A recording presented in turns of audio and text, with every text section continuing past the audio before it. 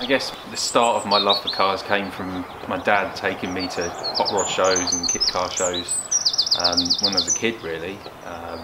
Just always loved the sounds and the smells, and really just being around cars has always been a part of my life, so it was only natural to end up where I am.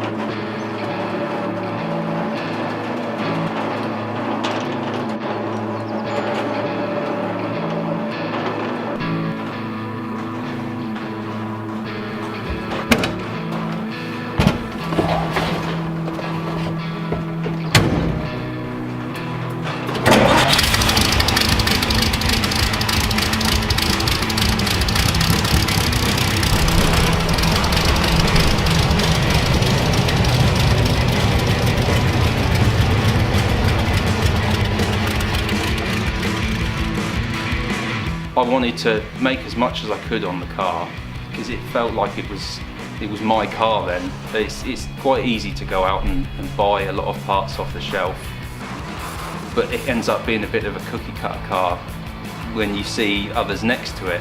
And if I've got the parts and the skills to make these parts myself, then I was all for doing it. I've had a pretty varied car history in my life. Started out mainly in water-cooled VWs and things like that as daily drivers. It was only when I got to a point where I could afford to have a second car that I really looked into going for the hot rod that I always wanted. And yeah, I've drawn ideas from everywhere that I've been as far as cars go, and it's culminated in this, really.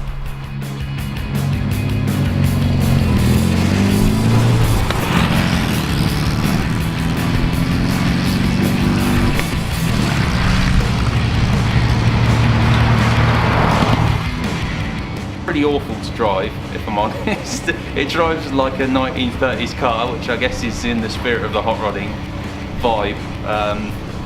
It's noisy, it's loud, it's shaky, it's vibraty, it's smelly, but part of me loves that every time I drive it because it's so different than a day-to-day, average car.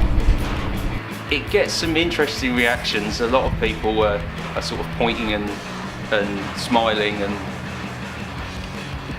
I guess quite shocked by its appearance. I think what drew me to hot rods in the first instance was there wasn't necessarily as many rules as other car scenes. It was acceptable to pull parts from all over the place and all different manufacturers and models, and sometimes making do with what you had and learning to do things yourself. I think that's what was at the heart of hot rodding, is what drew me to it. I do feel a part of the Volks rod scene.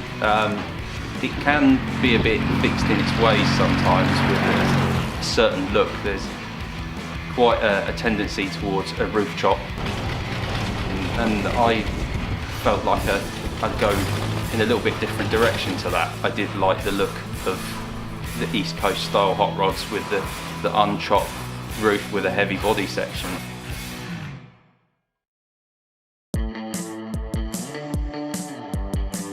The beginning of hot rodding started at the end of World War II. A lot of these guys coming back from the war, a lot of them were fighter pilots and whatnot, and they were looking for that buzz again.